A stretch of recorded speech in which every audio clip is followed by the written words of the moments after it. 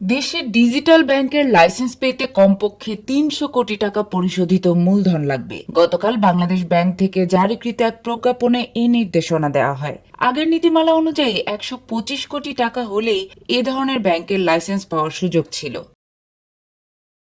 কেন্দ্রীয় ব্যাংকের নীতিমালা অনুযায়ী ডিজিটাল ব্যাংক পরিচালনার জন্য প্রধান কার্যালয় থাকবে। সেবা প্রদানের ক্ষেত্রে এটি হবে স্থাপনাবিহীন, অর্থাৎ এ ব্যাংক কোনো ওভার দ্য কাউন্টার সেবা দেবে না। ডিজিটাল ব্যাংকের নিজস্ব কোনো শাখা বা উপশাখা, এটিএম, সিডিএম অথবা সিআরএমও থাকবে না। সব সেবাই হবে অ্যাপ নির্ভর, মুঠোফোন বা ডিজিটাল যন্ত্রের মাধ্যমে।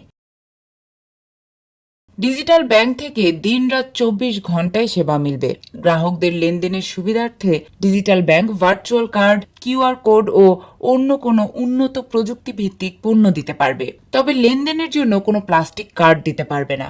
এ ব্যাংকের সেবা নিতে গ্রাহকরা অন্য ব্যাংকের এটিএম, এজেন্ট সহ নানা সেবা ব্যবহার করতে পারবেন। ডিজিটাল ব্যাংক কোনো ঋণপত্র খুলতে পারবে না। বড় ও মাঝারি শিল্পেও কোনো ঋণ দেওয়া যাবে না, শুধু ছোট ঋণ দিতে পারবে।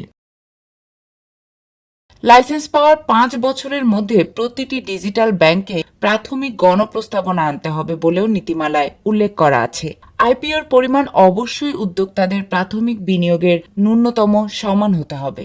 নীতিমালা প্রকাশের পর ওই বছরই কেন্দ্রীয় ব্যাংক থেকে ডিজিটাল ব্যাংকের আবেদন আহ্বান করা হয়েছিল। ওই সময় অর্ধশতাধিক আবেদনও জমা হয়েছিল। পর্যালোচনা শেষে প্রাথমিকভাবে ৫টি ব্যাংকের লাইসেন্স দেওয়ার সিদ্ধান্ত নিয়েছিল কেন্দ্রীয় ব্যাংক। তবে গত বছরের ৫ই আগস্ট ছাত্র জনতার গণ অভ্যুত্থান পরবর্তী সময়ে আগের সিদ্ধান্ত থেকে কেন্দ্রীয় ব্যাংক সরে এসেছে।